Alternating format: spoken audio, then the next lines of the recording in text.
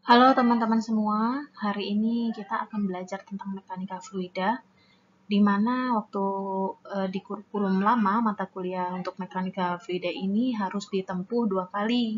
Jadi ada Mekflu 1, ada Mekflu 2. Tapi setelah dilakukan kajian dari dosen-dosen semua ya, untuk Mekflu yang di kurikulum baru ini cuman ada satu ya. Dan ini kajiannya sudah mencakup dari Maxflu 1 dan Maxflu 2 yang kemarin gitu. Jadi nanti ketika senior kalian kok Maxflu-nya ada 2 gitu, ada Maxflu 1 ada Maxflu 2, itu karena mereka masih menggunakan kurikulum yang lama. Sedangkan untuk kurikulum baru ini memang Maxflu-nya cuma 1 gitu ya. Dalam pertemuan pertama ini, sebelumnya saya akan menjelaskan terlebih dahulu capaian pembelajaran dari mata kuliah mekanika fluida ini ya.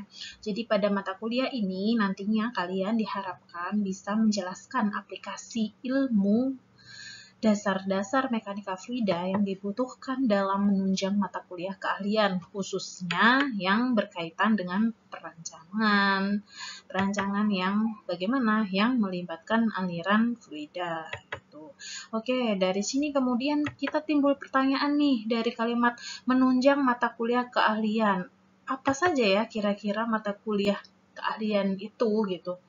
Jadi nanti di semester 2 di semester atas nanti kalian akan belajar mata kuliah seperti plumbing, pompa, terus drainase, perancangan bangunan pengolah air limbah, perancangan bangunan pengolah air minum, terus apa lagi?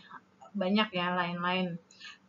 Di mana mata kuliah itu nantinya itu pasti menerapkan konsep-konsep dasar perhitungan dari si mekanika fluida ini gitu. Jadi, tolong untuk mata kuliah mekanika fluida ini ya, kalian bisa sungguh-sungguh karena seperti yang kita tahu dari capaian ini nantinya ini akan menjadi syarat dalam mengambil mata kuliah lanjutan gitu. Mata kuliah yang sudah disebutkan tadi ya. Oke, untuk selanjutnya kita masuk ke topik bahasan. Di sini saya membagi topik bahasan menjadi 5 bahan kajian. Yang pertama, kita akan belajar tentang konsep dasar dari mekanika fluida. Yang kedua, ini kita akan belajar tentang fluida statis. Kemudian ada juga lagi fluida dinamis. Dan kemudian yang inti, ini ada saluran tertutup dan saluran terbuka. Di konsep dasar mekanika fluida ini nanti kita akan belajar prinsip-prinsip dasarnya si mekanika fluida. Jadi kayak di mekanika fluida itu ada nih namanya tekanan. Nah, kita belajar prinsip tekanan di sini. Terus ada juga prinsip oh ya massa jenis gitu ya. Dulu kalau kalian ingat mata kuliah fisika ya pasti ada ya disinggung kayak gitu gaya, tekanan, terus massa jenis, terus kemudian dulu SMA mungkin viskositas gitu, tekanan uap gitu. Nah, nanti kita belajar itu di sini, kita mengulang di konsep dasar itu kita mengulang ya. Mengulang dari mata kuliah fisika 1, fisika 2 atau bahkan mungkin dari mata pelajaran di SMA begitu.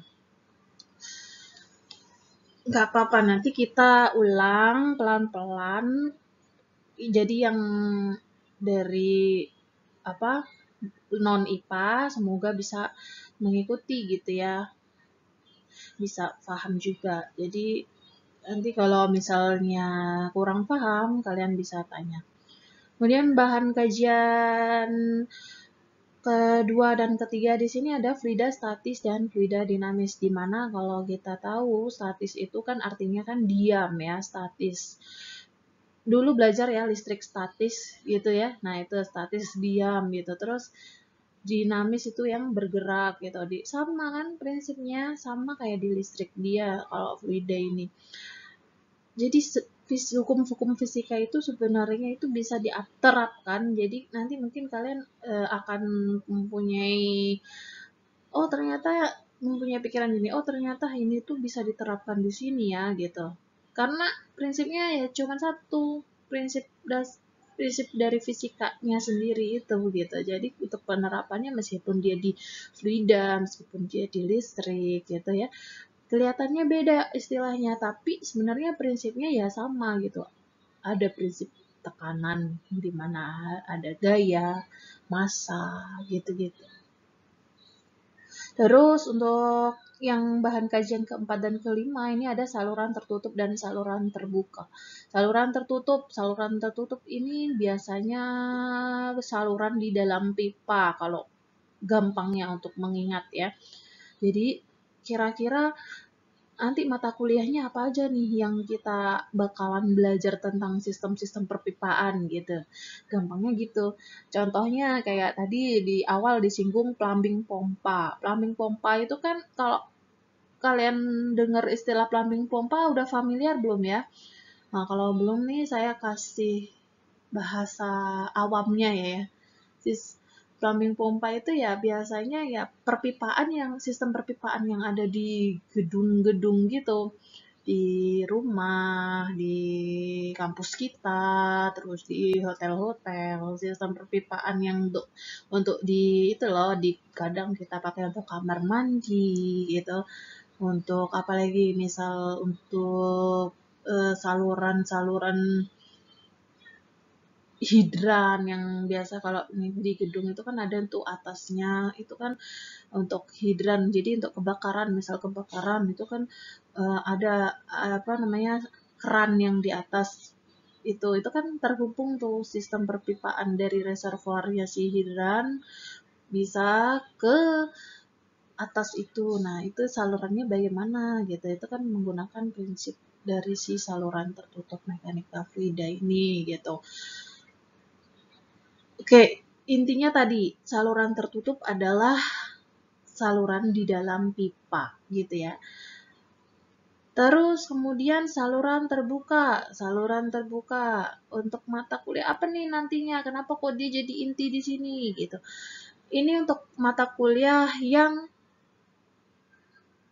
contoh dia itu dalam saluran yang memang terbuka nih kayak drainase, kemudian unit-unit pengolah air gitu.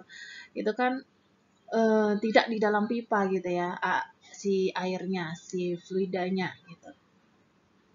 Nah, terus kemudian sungai, bagaimana tuh sungai gitu.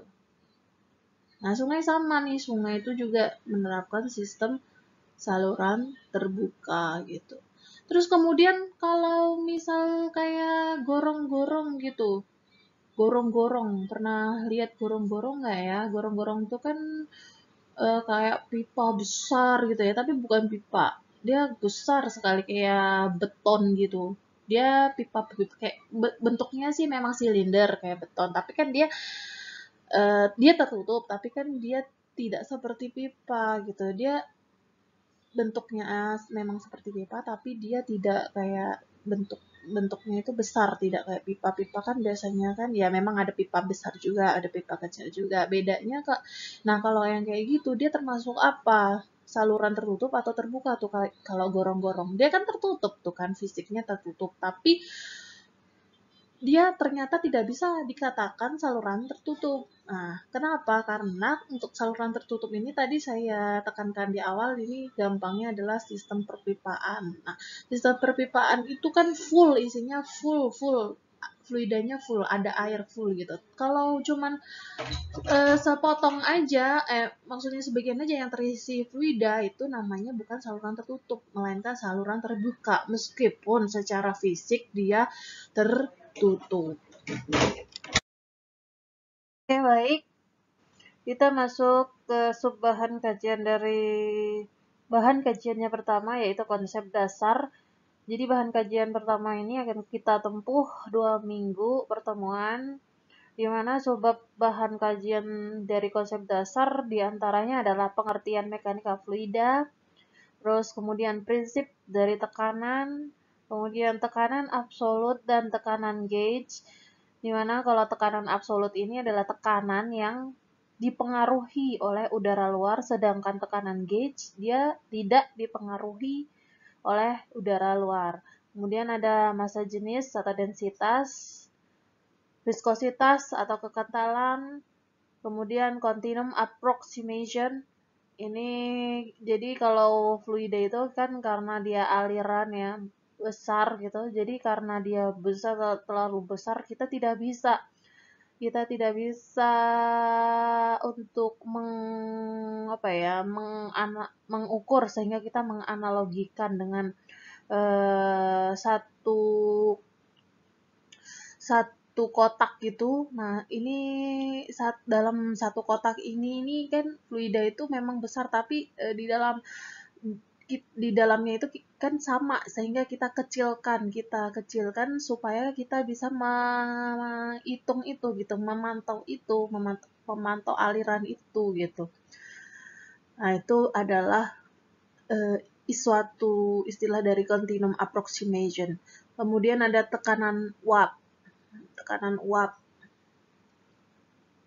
Tekanan yang dihasilkan dari uap gitu ya. Oke, sekarang kita masuk ke pengertian mekanika fluida, yaitu subbab pertama dari konsep dasar mekanika fluida. Sebelum kita mengetahui pengertian mekanika fluida, sebaiknya kita flashback dulu nih tentang jenis zat yang ada di bumi ini. Jadi kita tahu selama ini bahwa jenis zat itu terbagi menjadi 3. Ada padat, cair, dan gas gitu ya. Mari kita pelajari dulu karakteristik-karakteristik dari setiap jenis zat tersebut. Yang pertama, solid, padatan. Solid ini dia mempunyai molekul-molekul yang jaraknya ini cukup rapat, dan juga dia ikatan antar molekulnya ini sangat kuat ya, strong intermolecular bond. Terus dia ini sifatnya juga sangat susah untuk berdeformasi, artinya dia ini tidak bisa berubah bentuk. Misalnya nih kita sediakan kontainer di sisi ini, terus kemudian kita mau menuangkan padatan ke dalam kontainer ini. Maka bentuk dari padatan tersebut ya akan tetap seperti sebelum saat kita masukkan ke dalam kontainer. Artinya dia ini tidak bisa berubah bentuk gitu ya. Terus sifat ketiga, dia relatif difficult to compress. Apa sih kompres itu? Kompres itu dia susah untuk memadat ya. Relatif susah untuk memadat. Maksudnya memadat di sini dia berkurang volumenya. Dia susah untuk dipadatkan dibandingkan dengan gas gitu. Nah, selanjutnya di sini ada liquid, cairan. Jenis zat yang kedua ada cairan, zat cair gitu ya. Zat cair ini ikatan molekulnya nih kalau kita lihat di sini dia sama banyaknya ya, sama padatnya dengan padatan tadi, hanya saja dia sifat ikatannya itu lemah. Lemah di sini dia mudah untuk bertukar pasangan dengan molekul yang lain gitu ya. Weaker intermolecular bonds. Dia ikatan antar molekulnya itu lemah dan dia mudah untuk bergerak gitu ya molekul-molekulnya. Terus kemudian bagaimana deformasinya?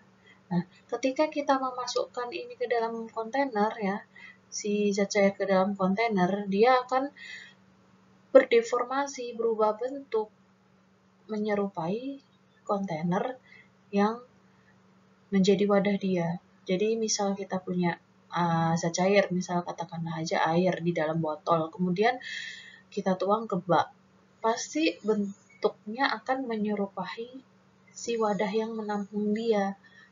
Awalnya menyerupai botol, kemudian menyerupai bak gitu. Nah, beda dengan padatan tadi kan. Kalau padatan tadi ya tetap bentuknya tetap kayak gitu, kotak kayak kotak gitu. Kalau ini dia mengikuti pola si wadahnya itu. Terus relatif susah untuk memadat dibandingkan dengan gas. Sama ya, kayak zat padat tadi, dia juga susah untuk memadat, tidak bisa dipadatkan. Untuk gas ini dia berbeda dengan zat cair sama zat padat tadi. Kalau kita lihat dari molekulnya ini, dia jaraknya itu tidak padat seperti padatan dan cairan tadi. Jarak antar molekulnya ini relatif lebih besar ya, relatif lebih besar dibandingkan solid dan liquid.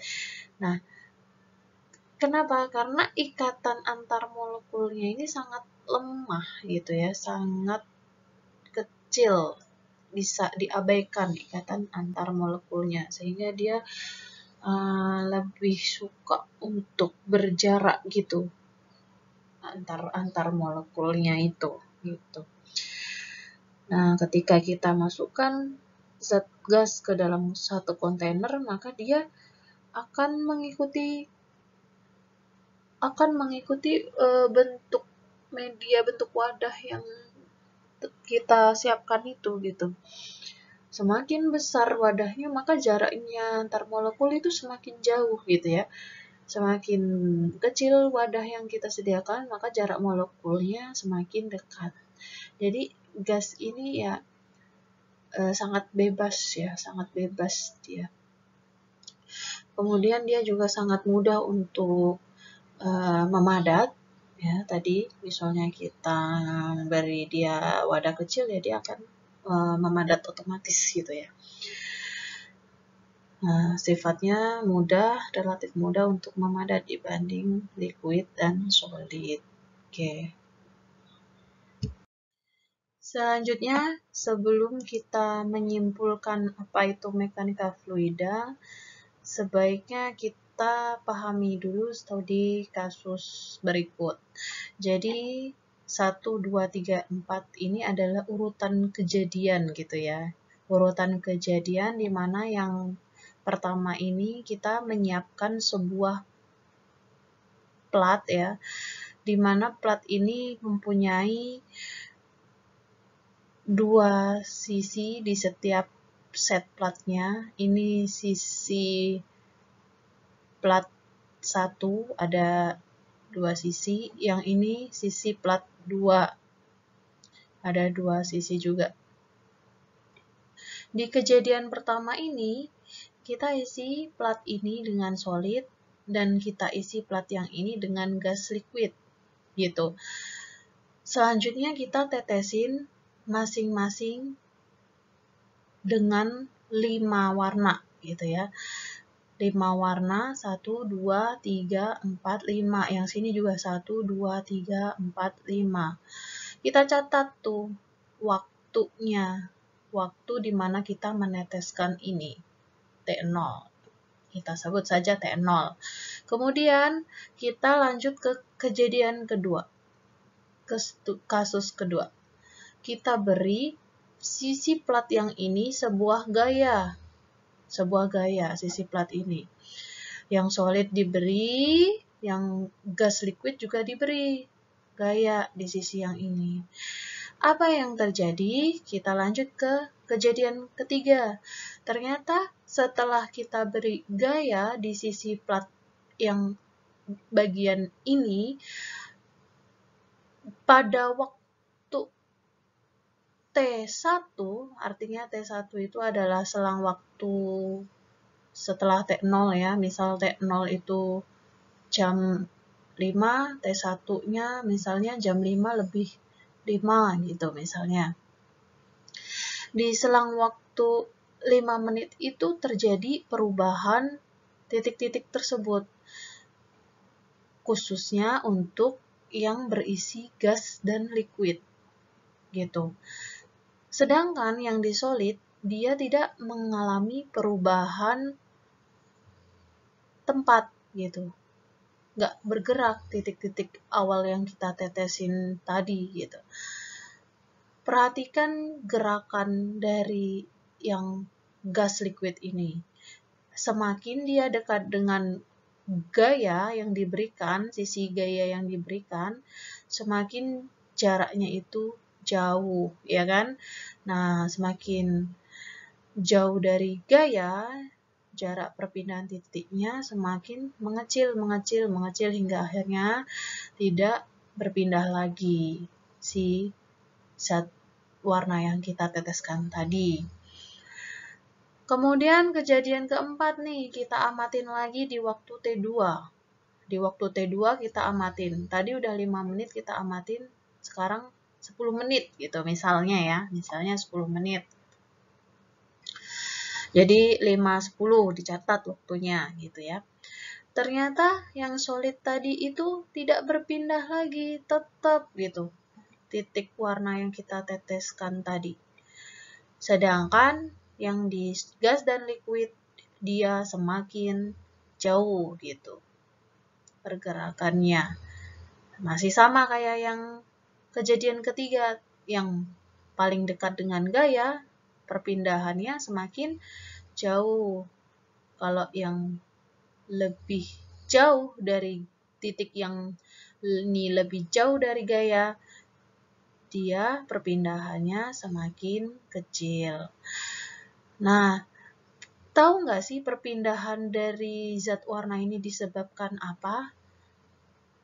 Perpindahan zat warna ini ternyata diakibatkan karena ya gaya yang diberikan ini ya.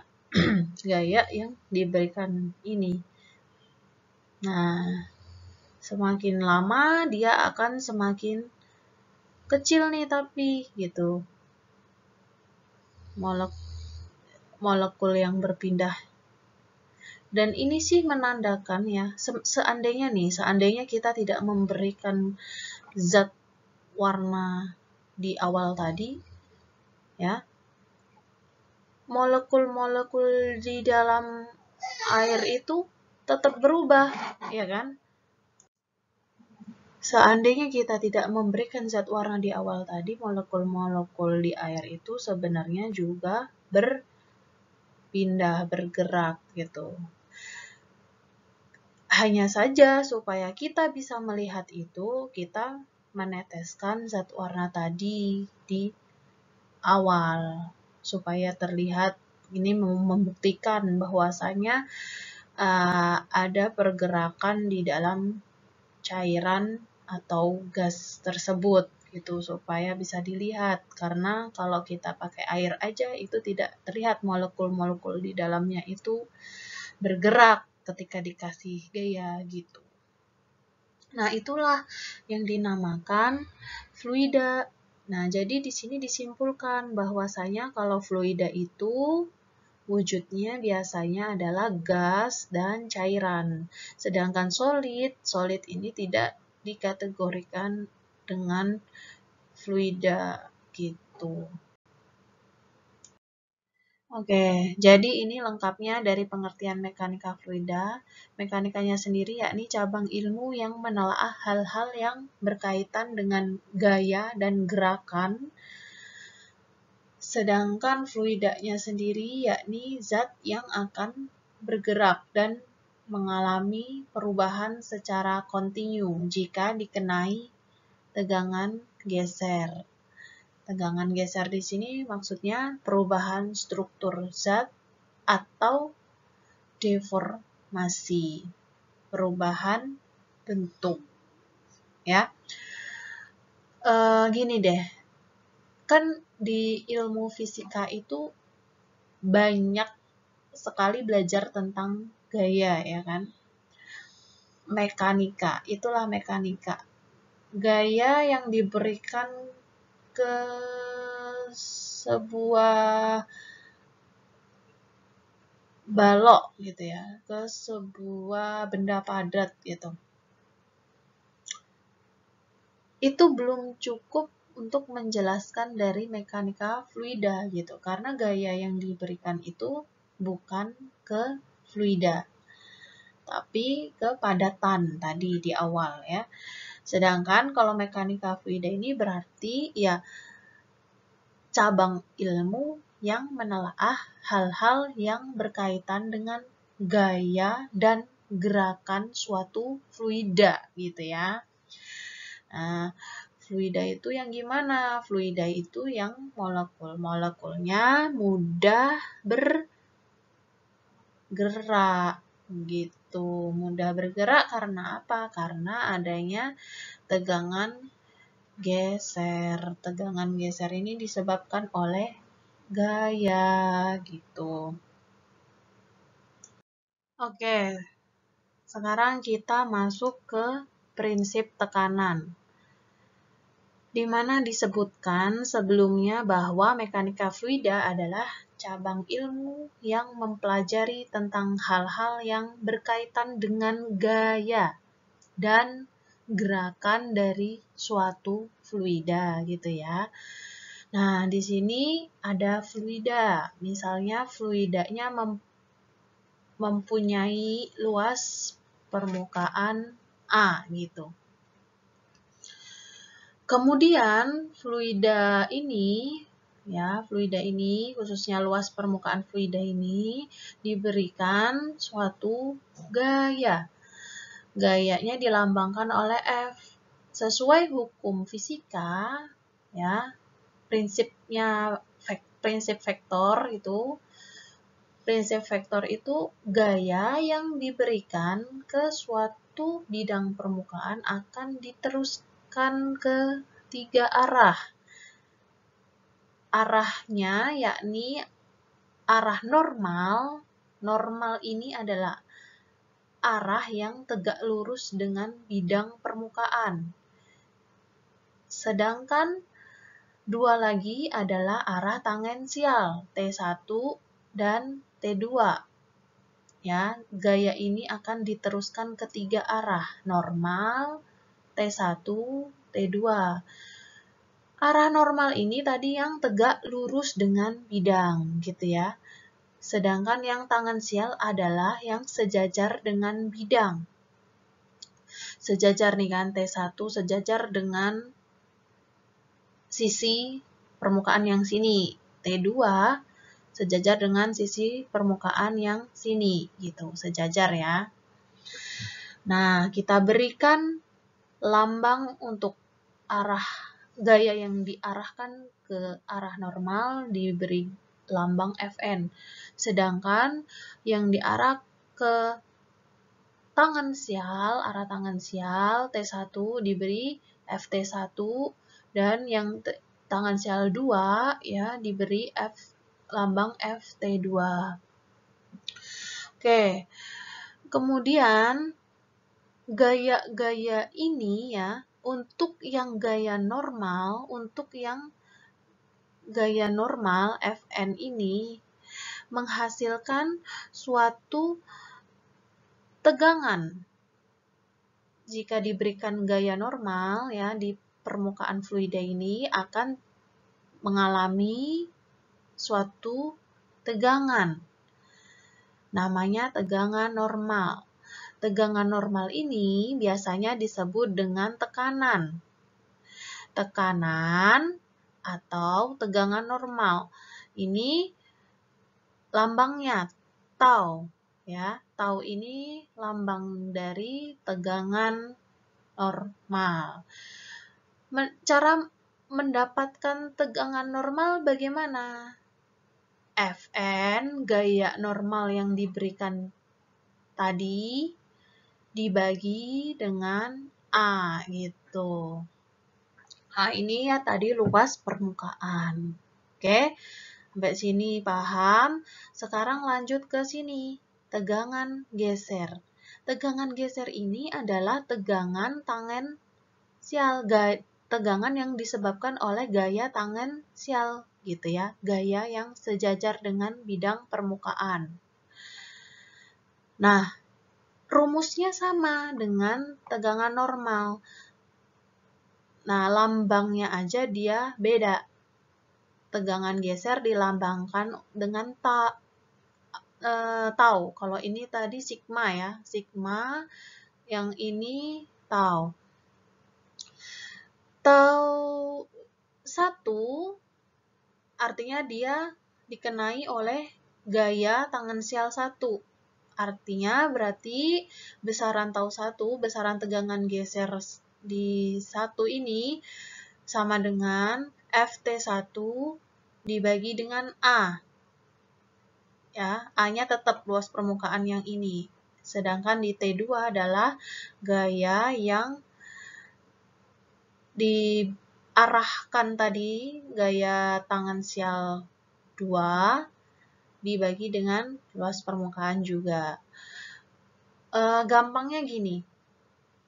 Gampangnya kalau di kehidupan kita sehari-hari itu penerapannya, kalau saya mikir itu gini. Pas kita pernah lempar batu ke air itu, saya sering mengamati itu. Nah, ketika kita lempar batu ke air, batu tersebut kan otomatis pasti jatuh ya, jatuh ke bawah. Jatuh ke bawah itu kan berarti dia tegak lurus dengan bidang permukaan, bidang air tadi gitu ya, tegak lurus yang batu tadi jatuh. Kemudian habis itu tuh kita amatin lagi tuh, ternyata di sekeliling titik yang kita habis lempar batu itu ada lingkaran air gitu yang menyimbolkan kalau itu tuh bergerak gitu airnya. Pernah ya mengamati ya, pasti habis lempar batu pasti kayak airnya itu bergelombang gitu, melingkar gitu. Melingkar, dan semakin lama dia semakin menjauh gitu ya. Semakin besar lingkarannya itu gitu, semakin menjauh dari titik pusat itu gitu. Oke, dari sini apa yang bisa kita ambil kesimpulan gitu dari penjelasan ini? Nah, ternyata arah batu yang jatuh ke bawah tadi menandakan adanya arah gaya normal, iya gaya normal gitu ya. Sedangkan lingkaran air tadi yang semakin lama semakin jauh dari titik pusat, yang semakin lama semakin melebar gitu ya, dan akhirnya hilang gitu ya, itu menandakan adanya arah gaya tangensial ya, arah gaya tangensial, arah gaya tangensial, dia sejajar gitu kan. Bener kan? Kalau ini bedanya, ini kan kasusnya di luas bidang permukaannya persegi. Kalau yang di mana tuh kita lempar batu di air ya, kita lempar batu di air itu kan lingkaran gitu ya. Tapi kan tetap ya perpindahan perpindahan arah tangensialnya dia sejajar gitu lingkarannya, ya kan? Lingkarannya sejajar ya gitu.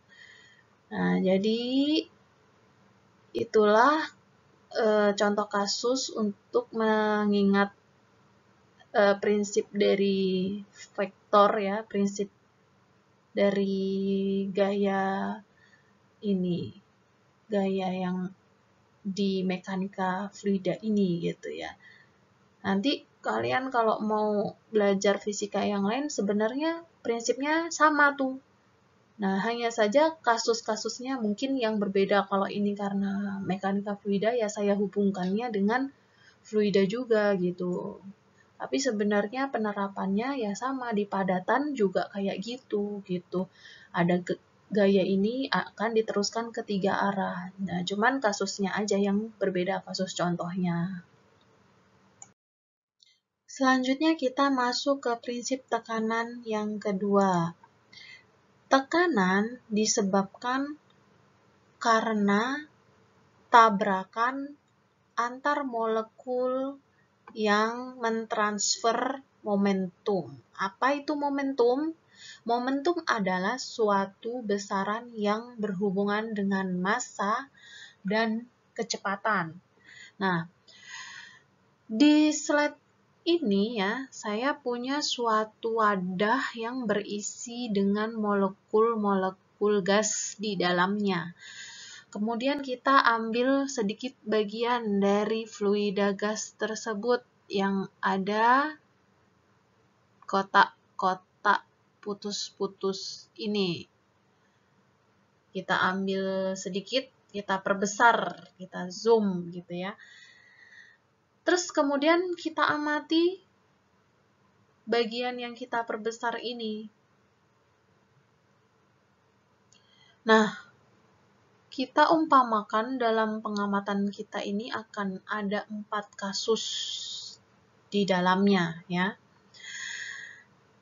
Akan ada 4 kasus yang terjadi di dalamnya. Yang pertama ketika ada massa molekul, yaitu 2 molekul ini aja dengan kecepatan tertentu, maka hasil tekanannya ya, maka hasil tekanan yang diberikan sejumlah massa dan volume tersebut gitu. Nah, jadi ini kita perbesar dinding dari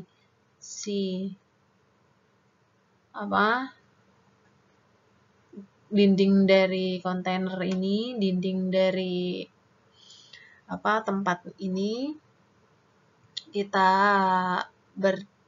contohkan di sini ada 2 molekul dengan kecepatan tertentu, maka hasilnya yaitu tekanan yang diberikan yaitu sebesar P ya, gitu. Kemudian kasus kedua kita tambah molekulnya menjadi 3. Ada penambahan molekul ya. Tapi kecepatan molekul ini sama. Pas menumbuk dinding ini kecepatannya sama. Bagaimana tekanannya berarti? Tekanan ternyata lebih besar dari kasus yang pertama. Kenapa? Karena molekulnya lebih banyak. Yang ini 2, yang ini 3. Oke, jadi tekanannya lebih besar dari kasus yang pertama. Kemudian kasus yang ketiga. Kasus yang ketiga, kita punya molekulnya sama, tapi kecepatannya yang bertambah. Molekul sama, kecepatan bertambah, ternyata tekanannya juga bertambah. Sama, kayak yang kasus 2 tadi. P tekanannya lebih besar dari kasus yang pertama. Terus bagaimana yang kasus 3 sama kasus 2? P-nya lebih besar yang mana? Nggak tahu kita. Kita nggak tahu. Karena kita nggak tahu M-nya besarnya berapa, V-nya besarnya berapa yang ditambahkan. Gitu. Nggak bisa. Jadi yang bisa dibandingkan yang ini sama kasus yang pertama. Lalu yang keempat, ketika increase M, menambah molekulnya 3, 4, berapa nih berarti ya? 1, 2, 3, 4, 5. Kemudian increase V, kecepatan. V-nya juga ditambah. Nah, hasilnya tekanan yang diberikan ke dinding ini, ya, ke sisi dindingnya yang ini, paling besar di antara 1, 2, dan 3. Jadi 4 ini adalah tekanan yang paling besar, sedangkan yang 1 ini tadi tekanan yang paling kecil, gitu, ya.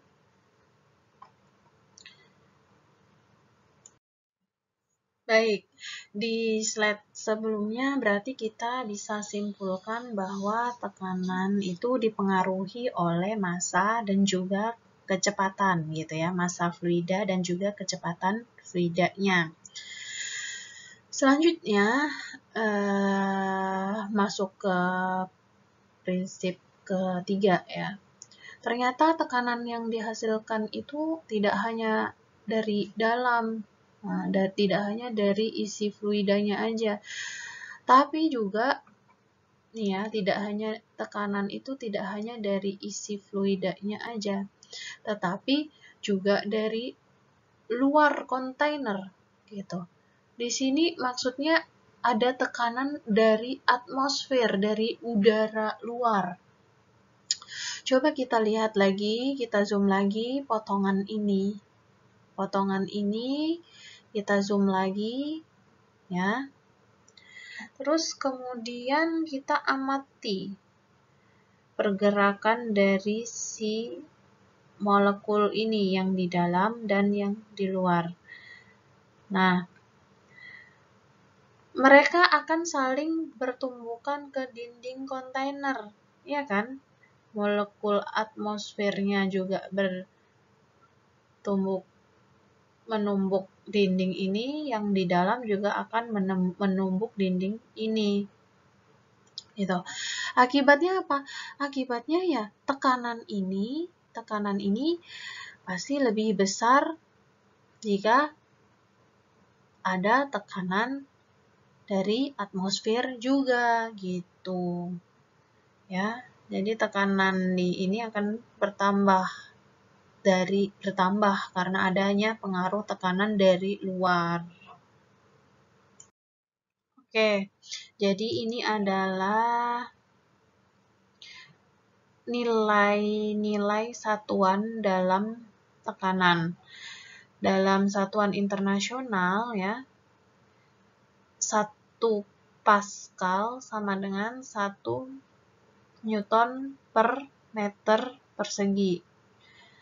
Kemudian satuan tekanan yang lain biasanya kita juga lambangkan dengan satuan ATM untuk tekanan itu.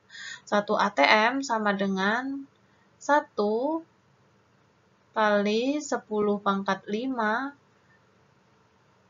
Pascal ya, sama dengan lagi 14,696 atau 14,7 PSI.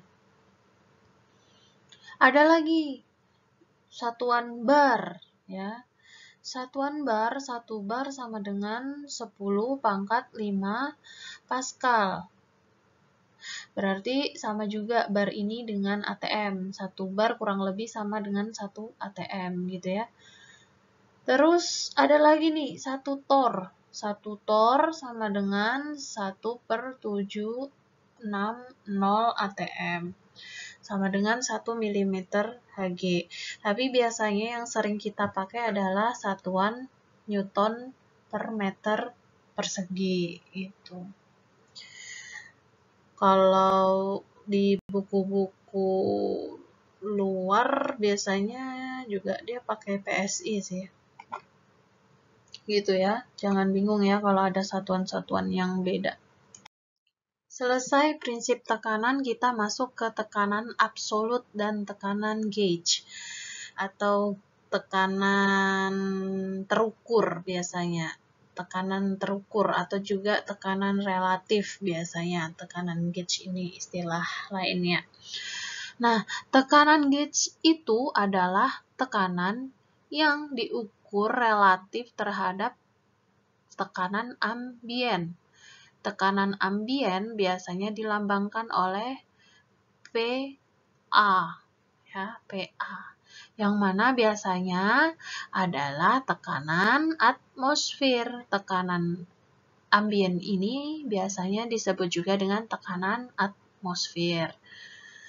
Terus, lebih mudah mana nih mengukur tekanan gauge atau tekanan absolut? Ternyata lebih mudah untuk mengukur tekanan gauge dibanding tekanan absolut. Tekanan gauge aja emang istilahnya juga tekanan terukur atau tekanan relatif, pasti lebih mudah untuk diukur gitu. Dan yang paling sering digunakan untuk mekanika fluida itu adalah tekanan gauge biasanya. Tekanan gauge dilambangkan dengan P gauge ya, sama dengan P absolut dikurangi P atmosfer gitu. Kan di prinsip tekanan yang ketiga tadi, ingat ya bahwa tekanan atmosfer itu juga mempengaruhi tekanan. di sisi kontainer gitu ya tadi ya. Jadi selain ada tekanan fluidanya, dia juga dipengaruhi tekanan di sisi kontainer itu juga dipengaruhi oleh tekanan atmosfer. Sebenarnya dari situ sudah kelihatan mana yang tekanan gauge, mana yang tekanan absolut, dan mana yang tekanan atmosfer gitu ya. Kalau tekanan atmosfer jelas yang di luar tadi ya kan, ada tulisan atmosfer gitu ya di luar kontainer tadi. Terus P gauge itu adalah P terukur biasanya itu P fluida ya. Nah, ini paling sering digunakan untuk mekanika, perhitungan, pengkalkulasian mekanika fluida. Fluidanya itu adalah P gauge. P absolut yang mana? P absolut berarti P yang sisi tadi, karena dia mendapatkan tekanan dari baik P fluidanya sendiri, P gauge itu, dan juga P atmosfer gitu ya. Di sini kan kalau kita balik rumusnya berarti P absolut sama dengan ya P gauge ditambah ya P absolut sama dengan P gauge. Ini karena mau nyari P absolut maka ini dipindah ke sisi kiri. P gauge kalau berpindah berarti tanda minus berubah menjadi positif kan? Oke, P gauge ditambah P atmosfer sama dengan P absolut. Itu. Nah, ini ya rumusnya tadi. P gauge sama dengan P absolut dikurangi P atmosfer atau P ambient. P absolut sendiri ini kita cari tadi udah P gauge ditambah P atmosfer. Dari kasus ini ada ban ya. Misalnya ini ban. Ban terus diukur. Ban itu kan isinya udara, isinya gas. Ban ini di dalamnya gas diukur pakai pengukur ban itu yang biasa kalian kalau mompa ban itu kan ada tuh alat ukurnya berapa tekanannya gitu kan, dimasukkan ke dalam bannya itu kelihatan terukur berapa. Ternyata di sini setelah diukur nilainya P gauge-nya itu 32 PSI, dia pakai satuan PSI. Nah,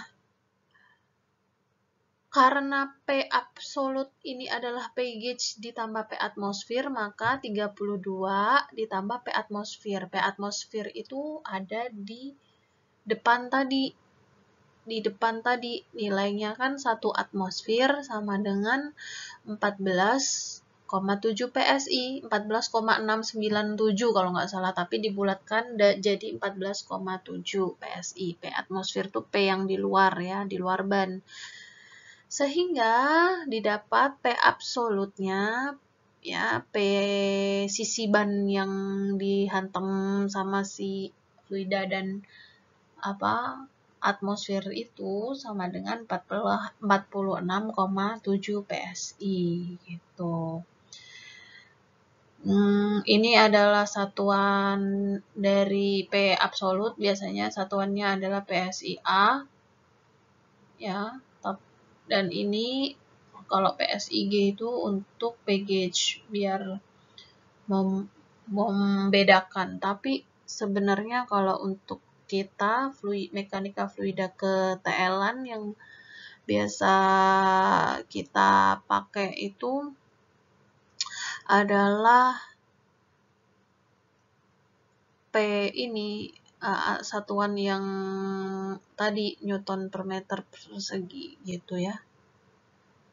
Ini biasanya itu dipakai kalau kita pakai alat ukur gitu. Kalau kita udah pakai alat ukur, satuannya adalah sesuai alat ukur tersebut. Ada alat ukurnya yang PSI, ya berarti satuannya PSI gitu. Terus tekanan atmosfernya ya menyesuaikan, cari yang tekanan PSI juga. Tapi kalau pakai kayak dulu pernah saya pakai tekanan bar juga, bar berarti kan kita juga menyesuaikan pakai tekanan atmosfernya satuannya bar. Kalau di KTL-an itu kira-kira kasusnya apa untuk di P absolut ini? P absolut ini kalau di KTL-an tuh kasusnya kayak kita mau mengukur tekanan pipa gitu. Untuk mengukur tekanan sisi pipa ya, supaya kita bisa memperakirakan supaya pipanya tidak pecah ya, kita harus tahu tekanan pipa, tekanan absolut yang dibutuhkan. Jadi ketika kita mau menghitung itu, kita tinggal menambahkan dari P fluidanya, P gauge itu ditambah dengan P atmosfer. Kita tahu P absolutnya, ya kan? Kita tahu P absolutnya, berarti kita harus cari pipa yang kuat dengan tekanan tersebut. Ya, harus lebih kuat, harus lebih tinggi, nyari yang speknya lebih tinggi gitu. Jangan yang di bawah. Kalau yang di bawah jadinya pecah kalau nggak kuat gitu. Jadi itulah fungsinya kita belajar tekanan dalam mekanika. Fungsinya kita belajar mekanika fluida dalam bidang teknik lingkungan. Dan selanjutnya ini adalah beberapa contoh-contoh bangunan yang ada hubungannya dengan mekanika fluida nanti ya. Ini ada kolam, di mana di sini ada apa nih namanya, aerator gitu ya, aerator alami mungkin. Untuk aerator alami, jadi untuk mengaerasi perairan ini, memberikan oksigen perairan ini. Nah, ini kalau ada ini artinya alirannya ini akan menjadi turbulen ya, alirannya. Aliran turbulen tuh nanti kita pelajari. Jadi alirannya ini bergerak gitu, ada pergerakan di dalam fluida ini dan lebih cepat daripada yang tidak dikasih ini gitu. Ini beberapa penerapannya. Selanjutnya ini sedimentasi, ini alirannya lebih tenang dibanding yang aerator, kolam teraerasi tadi. Terus yang selanjutnya ini ada rotating biological contactor. Di sini biasanya untuk pengolahan biologis ya, pengolahan air limbah secara biologis. Terus ini ada constructed wetland, di sini juga dia lebih tenang ya alirannya, beda sama RBC tadi, dia karena ada perputaran jadinya alirannya lebih kecepatannya lebih cepat gitu dibanding ini. Terus kemudian contoh penerapan mekanika fluida yang lain ada saluran tertutup.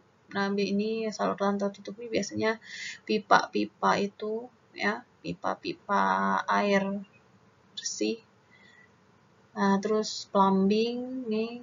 Plumbing itu yang sistem perpipaan yang ada di gedung-gedung. Kemudian saluran terbuka ini biasanya yang ada di jalan-jalan itu, drainase itu. Terus ini saluran air gorong-gorong, ini sepertinya air limbah. Maksudnya bukan air limbah domestik dari perumahan warga nih pasti biasanya. Terus ada juga lagi pelimpah.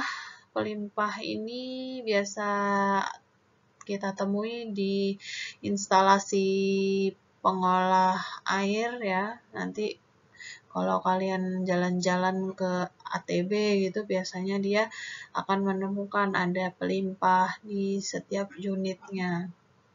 Fungsinya supaya pelimpah ini untuk mengatur debit, jadi debitnya itu tidak kebanyakan. Kalau kebanyakan kan tumpah ya, nah makanya dilimpahkan ke pelimpah ini gitu. Terus disalurkan lagi ke mana gitu. Nah, terus kemudian ada lagi air tanah. Air tanah ini juga kan kita akan belajar itu. Jadi ini salah satunya ilmu KTL-an yang akan menggunakan mekanika fluida nanti. Ini adalah rangkaian unit pengolahan air bersih. Ini juga akan menerapkan sistem fluida. Nanti belajar di PB PAM.